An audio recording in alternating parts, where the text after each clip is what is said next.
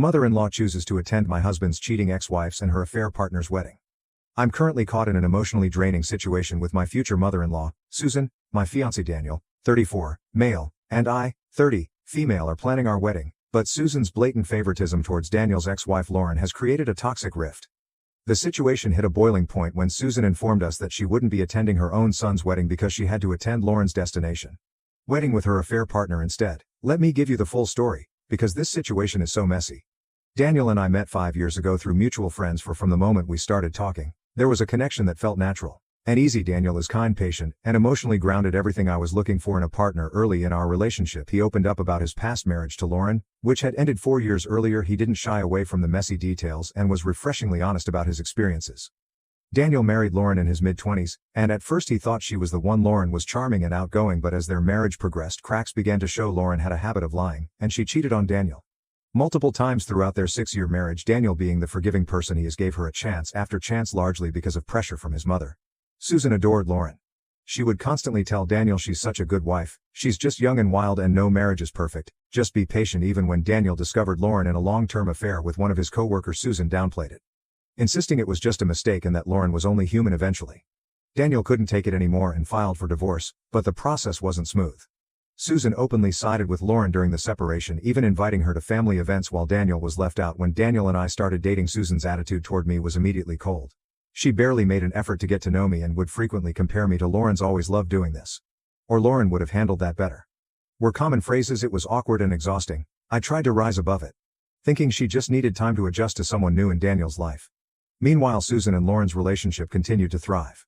Susan invited Lauren to birthdays, holidays, and even family vacations, conveniently neglecting to inform Daniel or me. Lauren, for her part, made it clear she enjoyed her position of being the favorite. She would post pictures with Susan on social media with captions like, "the second best mom I could ask for, and be grateful for family that's always there for me." Daniel proposed to me last year, and I was overjoyed. We started planning a small but a beautiful wedding with the hope that it would be a time to bring everyone together. Despite Susan's past behavior, I wanted to include her. I invited her to dress shopping, cake tasting, and venue tours, thinking this could be an opportunity to build a better relationship. Susan declined every single invitation. Her excuses ranged from being too busy to not wanting to impose. I later found out she had been spending that time with Lauren, going shopping and attending the spa days together. It felt like she was deliberately undermining our wedding planning to show where her loyalty lay. A few weeks ago, Susan dropped a bombshell. She wouldn't be attending our wedding because Lauren was having a destination wedding the same weekend with her affair partner. Susan claimed Lauren had no family to support her and that it was her duty to be there. She said it with such sincerity, as though this was a perfectly reasonable explanation for missing her son's wedding. Daniel was visibly hurt, but he brushed it off, saying that's just how mom is. On the other hand, was furious.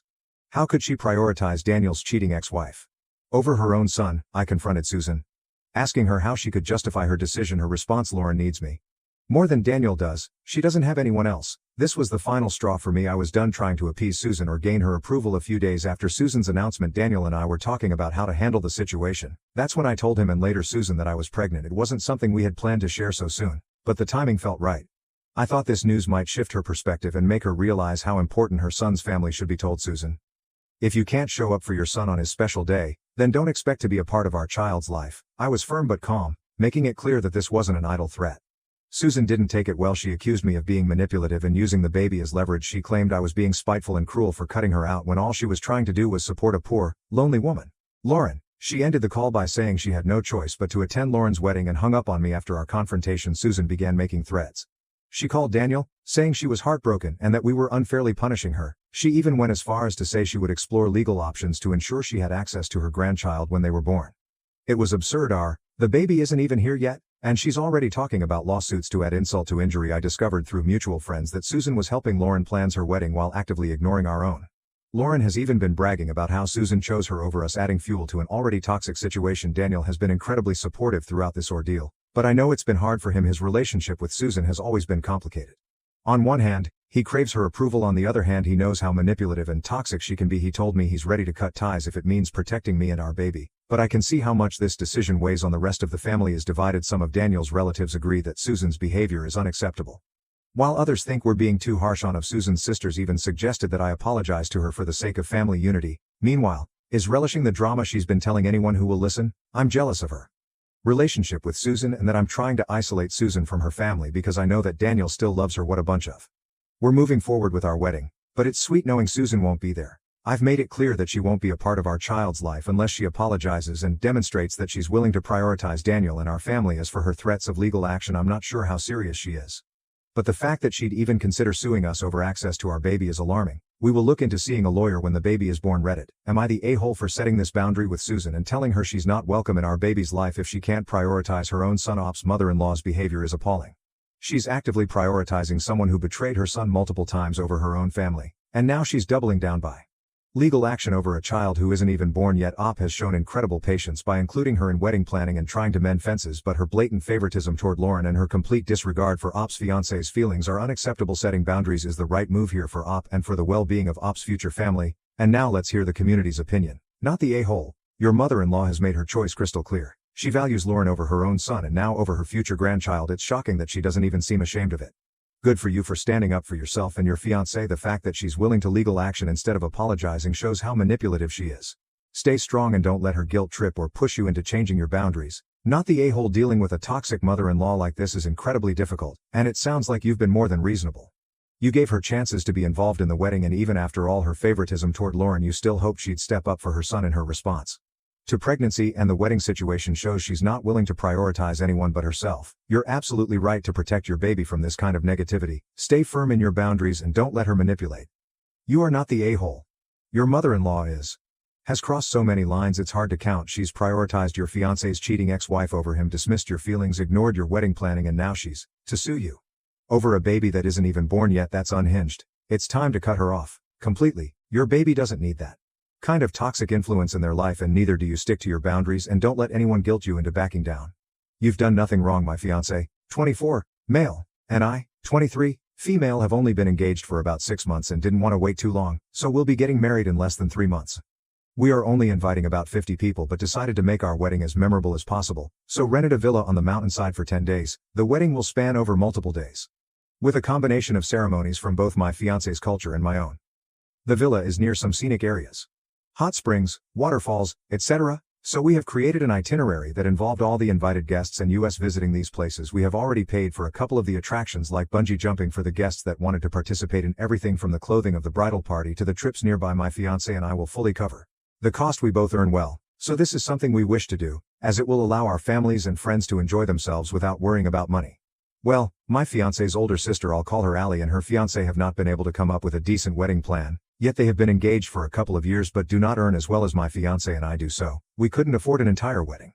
Allie talked to us and asked if she could hold her wedding at the villa we rented on some of the days that we wouldn't be having our ceremonies, and we are going to go out instead. Most of the guests she wanted at her wedding is already invited, so it wouldn't be much of a hassle, and the villa is going to be decorated for our wedding ceremonies anyway, so it might as well be used for her. She additionally suggested that the bride's party's clothing could also be used for her ceremonies, and all this she is willing to pay 40% of whatever the wedding was going to cost us. Up to this point I was firmly against it, as those days were set aside for our guests to go out and enjoy themselves instead of being cooped up in the villa. However, she brought up the fact that if she chose a latter day for her wedding, people will question why her younger brother got married before her, as this is considered shameful in my fiancé's culture. People might talk of my sister-in-law negatively and make rumors like her fiancé isn't serious about marrying her. We told her to give us some time to think and have talked amongst ourselves since my fiancé has left the decision entirely up to me and promised to stand by me regardless of what I choose, he said. While he does love his sister and wants to help her, this is something we have wanted for a long time, so even if he is willing to make the sacrifice, he will not ask that of me.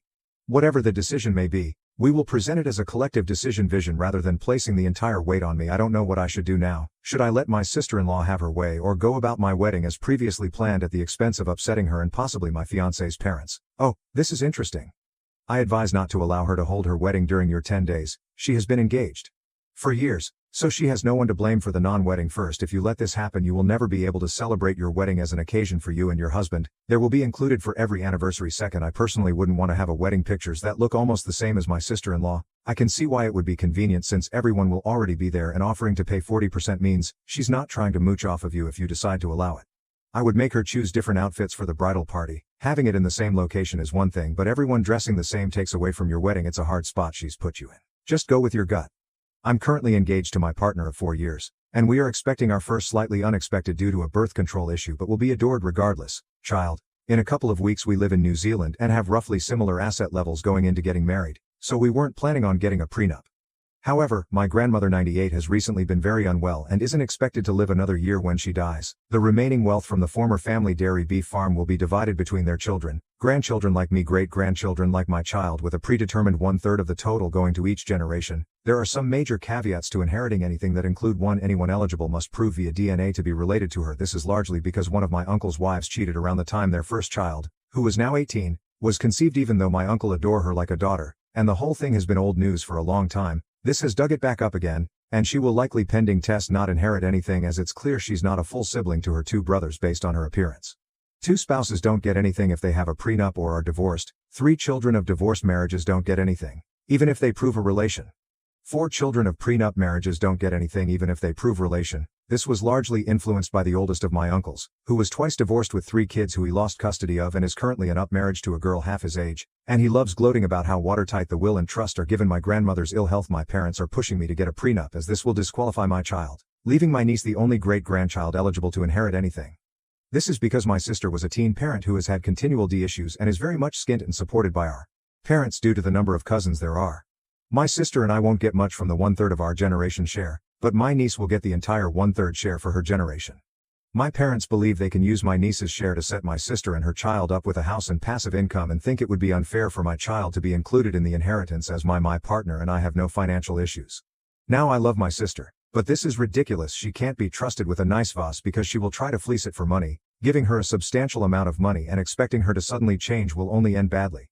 Plus, it's unfair to my child how this has turned into a huge family argument, and I'm being called selfish by essentially the majority of my family. Am I the a-hole for refusing to get a prenup and making my child ineligible for the inheritance? Not the a-hole. It seems everyone is looking out for your niece.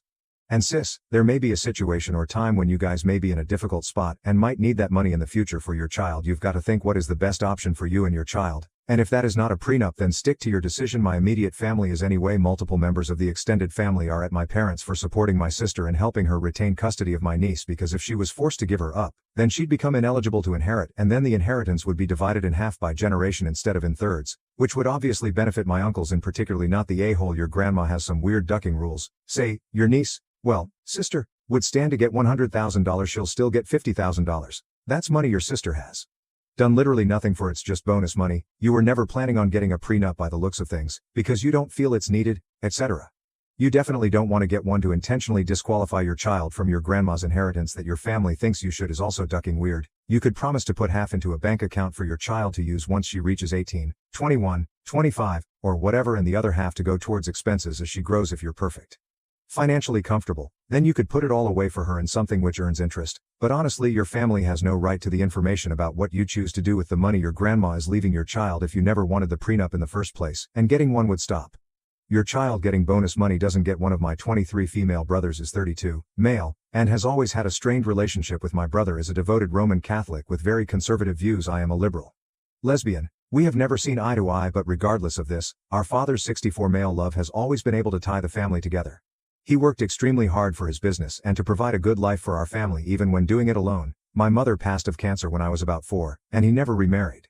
Our estate is pretty large, roughly $4.2 million for each child. After my dad passes, one of my father's wishes in order to qualify for his will would be to never legally contest or sue either sibling for their share of the will. The party who does forfeit their entire cut of the estate. This is on the first page of the will and was repeated to us several times. A few weeks ago, a cousin 28 male Lou was at my brother's house. Just catching up with my brother, admitted he planned on suing me for my inheritance. My cousin was even able to snap a photo of the engagement letter from the attorney when he wasn't looking and sent it to me. Needless to say, I felt hurt and betrayed in a way. I couldn't even really understand what I told our dad immediately, who called my brother to confront him. My brother denied it at first but admitted to it after my dad kept pushing him. My dad said how disappointed he was in my brother for doing something so slimy to his own sister. My dad then told me to get a good lawyer and then proceeded to call his attorney to let them know what happened to my sister-in-law, 31, female, who also doesn't like me. Called, and as it turns out, they're expecting another baby. I currently have 5 nieces and nephews. From my brother and his wife are afraid they wouldn't be able to handle another child financially. Now my brother and his wife are telling our family what happened, and while some are on my side, most of our family is calling me an a-hole for not offering the half of the inheritance back to my brother, because now his family will struggle due to my selfishness. I've even had relatives come to my house just to curse me out on my front lawn. My dad suggests I stay strong and don't give in. Am I the a-hole? Not the a-hole. If your brother was getting $4 million, then he wasn't suing you. Because he didn't think he could afford another baby. The only logical conclusion then is that he was suing you purely out of his own bigotry and spite for you being a liberal lesbian. That being said, I would take part of that money that he is no longer getting and setting it aside for your nieces and nephews' college education. Maybe set up some kind of trust where they don't actually get the money, they just send their college tuition, housing and book bills to someone, and they cut a check and pay the bill. That way your brother can't take the money for himself or guilt them into giving him some. The a-hole. The unmitigated greed of your brother is unbelievable. 4.2 million, and him and his wife think they'll struggle financially. Buy him a vasectomy as a goodbye present. This story is weird. Why? Was the brother going to sue? Theoretically, he's got to have a better reason than I want the money. Also, Dad's a surprisingly active participant in this, is us assuming he's going to be dead soon because 64 isn't that old. I'm not entirely sure what my brother's and his lawyer's angle on this was going to be, but it would probably have been claiming me as mentally incompetent for the fact that I've been to a psych hospital twice when I was a teen for depression-related issues. I also have a slight hunch that he would have used my preference towards women against me in court, though I am unsure of how. ALS is also my dad's not dead. He is older and gave us a scare when he slipped a few months ago and broke his. My father died last year beforehand. He showed me the final copy of his will. It was simple. 50% to me, 50% to my half-sister. I wasn't always close with my dad. Parents split when I was young, and as a result I've never been close with my half-sister. She's much older than me, we've never lived together, and until last summer we hadn't seen each other in 10 years. She has 2 daughters, one of whom I never met. At this meeting she did mention she'd hoped Dad would give something specifically to her daughters, but I shrugged this off as I knew he hadn't, and I assume she must not have seen the will. A few months later, and upon sorting the estate, I'm waiting for her to send me some documents, including the will to sign. I messaged to ask if she's received them yet and if she can forward them to me. This message is the reply. I get it. I need to talk to you, Dad. Did want to leave something to the girls but was too ill to sort it again when shown the will, and multiple times discussing it with him later. My dad didn't once say he'd wanted to change anything, asking for clarification in genuinely as calm a tone as I write this post, stating that he'd been through the will with me beforehand. I simply asked what exactly Dad said he wanted to change from seemingly nowhere. I then received this exact response. Hang on. What's your problem with this? I don't want the money. It would go straight into the girls' account. I'm surprised you were even doubting it. Think about it, Dad.